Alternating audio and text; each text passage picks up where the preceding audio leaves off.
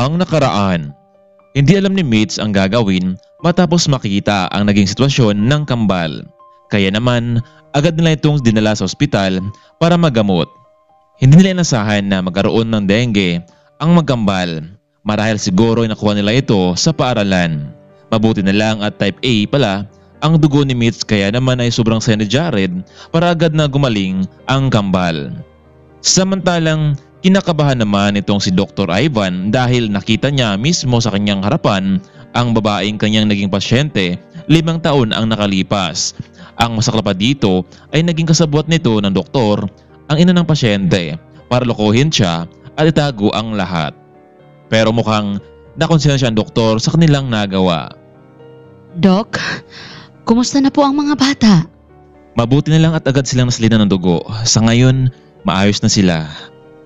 Mr. Rodriguez, kayo po bang mga magulang ng kambal? Ang totoo, Doc, si Mitch ay nag-aalaga lamang sa kanila.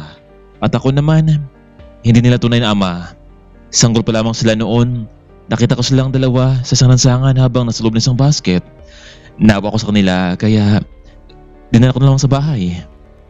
Ganon ba, Mr. Rodriguez? Mula noon ba walang naghanap sa kanila? Sa batang yan? Wala, Doc. Marahil talagang walang puso mga taong gumawa sa kanila. Si Justin at si Sam. Kahit ganun pa man, naging masaya ako dahil sila ang naging panalangin sa buhay ko.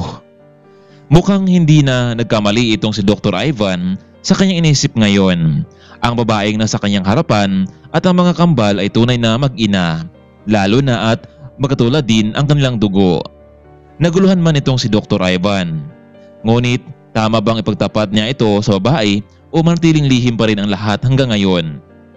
Ngunit lagi itong nanaginip sa kanyang asawa na kahit nasa ibang mundo na ito ay nag-uusap sila sa panaginip na huwag siyang manloko ng mga kapwa-tao at ipagtapat ang lahat para manahimik na rin ang kanyang konsensya.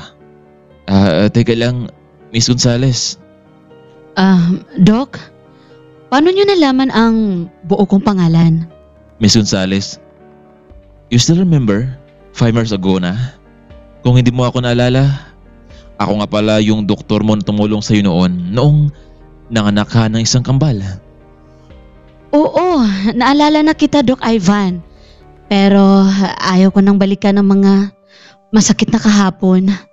Miss Gonzales, alam mo bang nakaplano ang lahat noong nandito ka sa ospital? Alam mo, nasilo ko sa pera noon. Binigay sa akin ng mami mo. Doc, anong gusto mong iparating?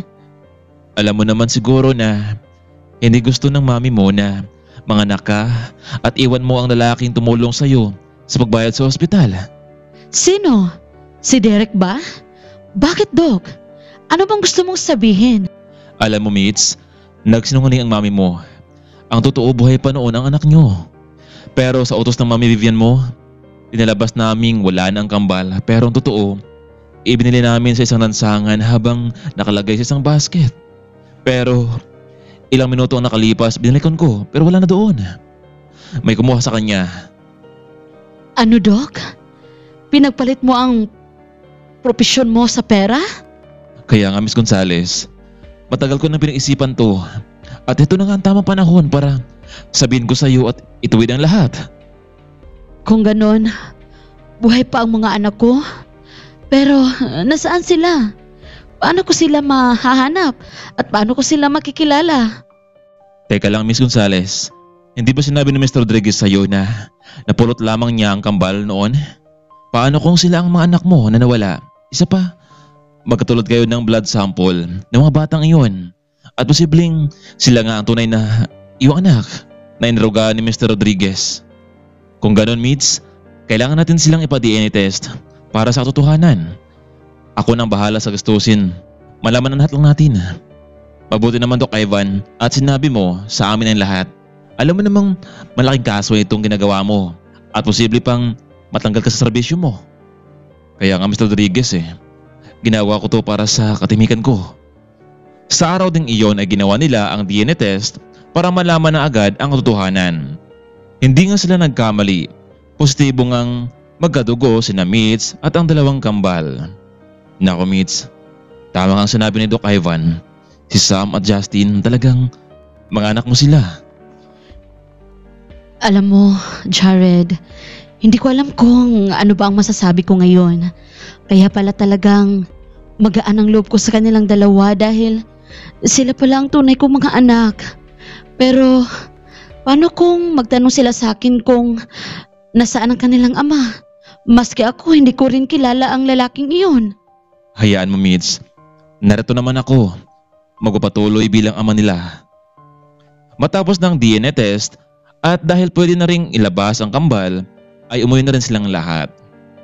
Nagpasalamat na rin itong si Dr. Ivan dahil hindi siya kinasuhan ni Mitch dahil sa kriming nagawa. Pagdating sa kanilang bahay ay inhatid ni Jared ang magkapatid sa kanilang kwarto at mo silang nag-usap ni Mitch. Jared, maraming salamat talaga dahil ikaw ang nakatagpo sa mga anak ko. Hindi ko alam kung paano kita mababayaran o mapapasalamatan. Alam mo, Mitch, sa palagay ko, nakaplano ang lahat na ito. Alam mo, Mitch, sa palagay ko, nakaplano ang lahat ng ito na ako makapulot sa mga anak mo. Pero, hindi mo ba talaga naalala kung sino ang ama nito? Hindi talaga, Jared eh. Wala naman sa plano na mangyari iyon. Nalasing lang ako sa isang bar kasama ng mga friend ko noon. Ano bang bar yun, Mitch? Baka hanggang ngayon, naroon pa rin ang lalaking yun. Naman ng kambal. Huwag na, Jared. Hindi ko naman siya kailangan. At saka, hindi siya kailangan ng mga anak ko. Pwede bang umuwi mo na ako sa amin? Kakausapin ko lang si Mami kung bakit niya ito nagawa sa akin. Sasama na kita, Mitch. Nandito naman na makatulong para magbantay kay Sam at Justin. Huwag na, Jared. Maraming salamat. Babalik din naman ako agad dito eh. Sige na, Mitch. Sama mo lang sila matulog. Sa kabilang kwarto na ako matutulog. Sige, Jared. Salamat. Good night. Pumasok na sa kwarto itong si Mitch. Samantalang, hindi pa rin dinalaw ng antok itong si Jared. Kaya naman, naisipan niyang tawagan ang kaibigang nag-set up noon sa kanyang espesyal na karawan 5 taon ang nakalipas. Hello? Jared, pare. Napatawag ka, mukhang may kailangan ka. Bricks, naalala mo ba noong nag-celebrate ako ng karawan 5 years ago? Oo naman pare. Ang saya mo nga noon, di ba? Bakit? Ano meron?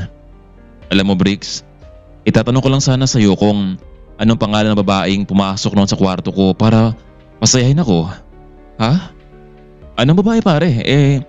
Ang totoo nga, hindi natuloy ang babaeng yun. Tumawag sa akin na hindi daw niya kaya eh. Pero pare, sino ang babaeng pumasok sa kwarto ko nung gabing yun at merong nangyari sa aming dalawa? Yun nga pare. Tinawagan kita noong gabing yun pero hindi ka naman makontak eh. Hindi dumating ang babaeng kausap namin. Kung sino man ang pumasok sa kwarto mo, hindi ko siya kilala. Na Jared nang mabalitaan ang sinabi ng kanyang kaibigan na hindi natuloy ang kanilang plano. Kaya napaisip itong si Jared na baka ang babaeng kasama niya ng gabing iyon ay walang iba kundi ang babaeng nasa loob ng kanyang bahay ngayon, si Mitch Gonzalez.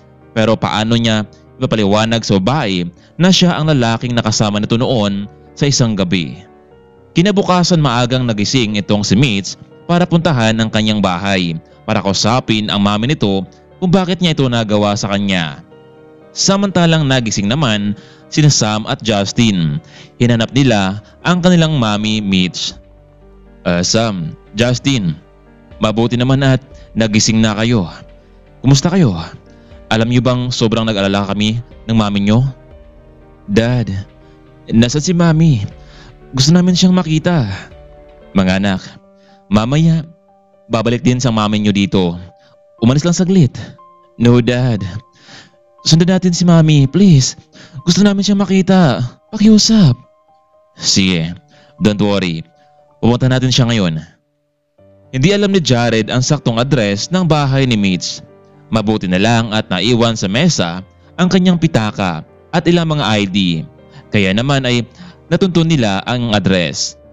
Samantalang pagkarating naman nitong si Mitch sa kanila ay naroon ang kanyang mami Vivian sa may sala. Mom, pwede ba tayo mag-usap? Oh, Mitch, Mabuti naman at nakauwi ka na. Sabi ko naman sa'yo hindi ka magiging masaya sa kanila. Alam mo bang hanggang ngayon, naghihintay pa rin sa'yo si Derek. Ma'am, nandito ako hindi tungkol kay Derek, kung hindi tungkol sa anak ko. Pwede ba, Mitch? Ilang taon na ang nakalipas. Wala na sila. Nakita mo naman ang kanilang libingan, hindi ba? Sinungaling ka, Mom. Niloko mo lang ako Alam ko na ang lahat. Ikaw ang may pakana ng lahat ng ito Isa pa, hindi pa patay ang mga kambal ko. Meron kang inutusan para ipaghiwalay mo kami. Mitch, ano ba yung pinagsasabi mo? Wala akong kinalaman dyan. Ma'am, sinabi ng doktor na ang lahat. Binayaran mo siya ng pera para malayo mo sa akin ang mga anak ko. Ganon ka na ba talaga kadesidido pati ang apo mo, Mami? Wala akong pakialam sa mga batang yun dahil anak sila sa pagkakamali mo. Hindi kita mapapatawad, Ma'am, sa ginagawa mong ito. Ano kaya ang gagawin ni Vivian dahil narito na ngayon sa kanilang bahay itong si Mitch? Tatawagan niya kaya itong si Derek para kunin ito ang kanyang anak na si Mitch. Mababawi pa kaya ni Jared ang ina ng kanyang mga anak? Ipagtapat kaya niya sa babae na siya ang lalaking nakasama nito noon sa isang gabi? Kaya mga kaibigan, wag na wag nating kaligtaan ang susunod na kabanata sa ating Part 5. Abangan!